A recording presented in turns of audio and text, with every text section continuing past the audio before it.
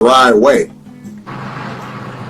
That people they just couldn't connect. And it was interesting.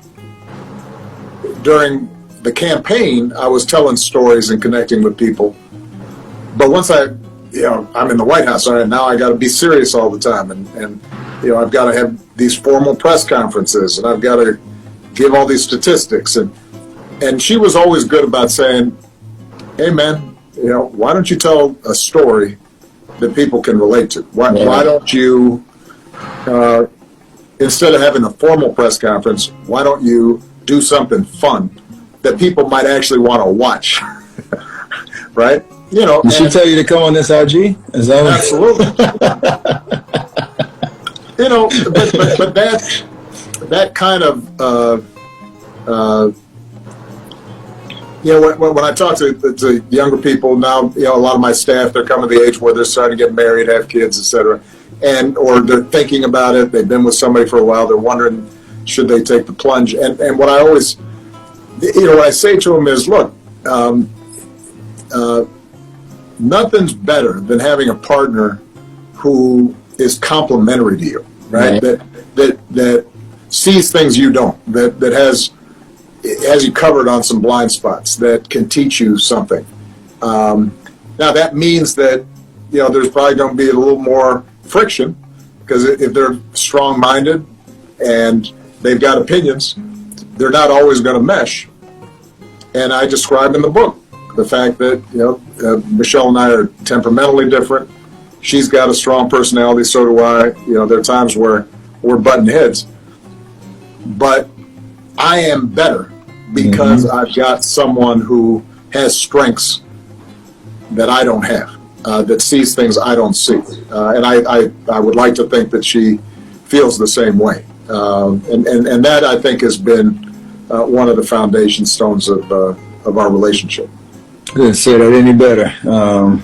That complimentary piece that kind of gets you out your comfort zone. Yeah. And if you have that mutual respect and you're on the same level where you value each other's opinion, and you try to integrate that into how you're seeing things and how you react.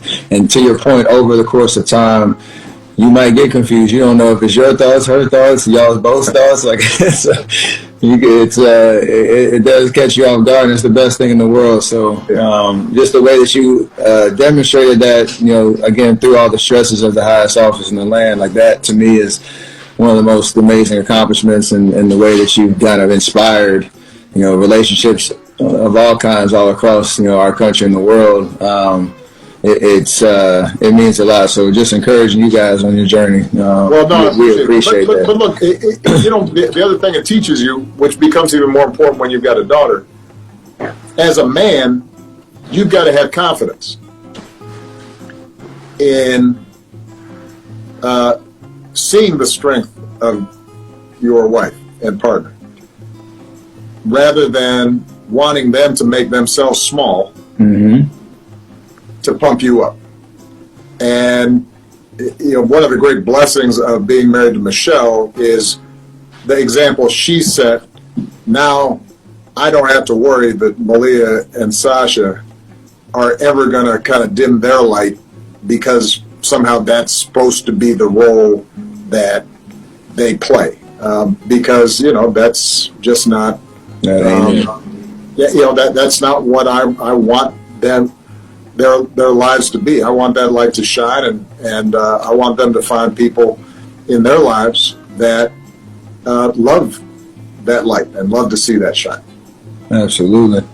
I want to bring it kind of towards some current events in terms of like we just went through an election.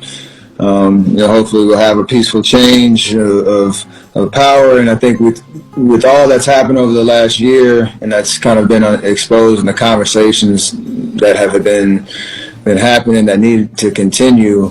How would you advise us as citizens, no matter where what walk of life you're in, to kind of continue this pursuit of social and racial justice in America? And I say that in terms of we don't have loud protests. Every week we don't have the news coverage as much as we might like to, but I think we all have a voice and a platform, and whether that's through social media, whether that's through our families, our workplaces, what have you. How would you advise us, going into 2021, to continue these important conversations that we need to have, to not lose the momentum that I think we've gained over this last year, no matter how hard some of these things have happened?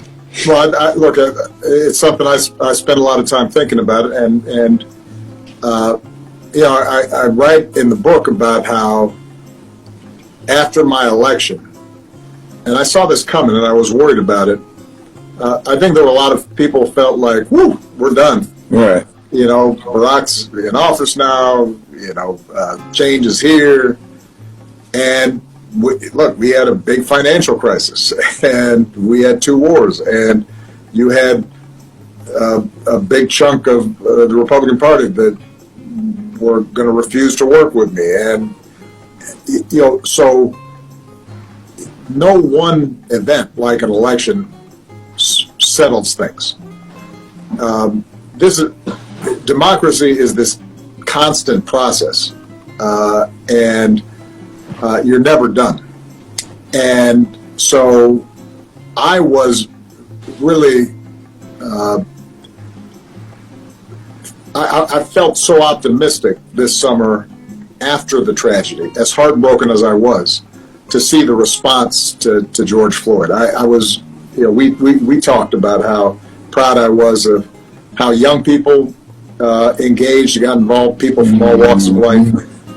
How proud I was of you and some of the other high-profile athletes who, were very clear in their convictions and expressed them in ways that, didn't leave any doubt in terms of the demands of justice, and then translated that into actually voting and, really specific organizational efforts.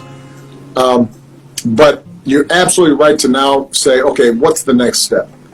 Well, number one, I hope people know just right away, anybody who's listening in Georgia, there's another election coming up, a special, the runoff election after the Senate election. You've got 2 seats at stake in Georgia. Mm-hmm. And, man, that's important because that'll determine who is in charge of the Senate. Mm-hmm. And anything that Joe Biden and Kamala Harris want to do has to go through Congress. It has to go through the Senate. And if we are able to win those 2 seats with people who want to pursue voting rights legislation or criminal justice reform legislation, that is important. So pay attention to that. Make sure you're registered and make sure you vote. The other thing that I've spoken about a lot, and you're absolutely right to say everybody can be involved in this, is so much of the change people aspire to after the George Floyd tragedy happens at the local level and not the federal level. And so the mayor of cities appoints typically the police chief. There may be an elected school board and they have meetings. There are negotiations between the police and City Hall about what does their contract look like and how are police held or not held accountable. How are the district attorneys or state's attorneys approaching cases and how do they think about diversion, for example, of nonviolent drug offenses and treatment and education as opposed to incarceration. A lot of that stuff is happening at the local level.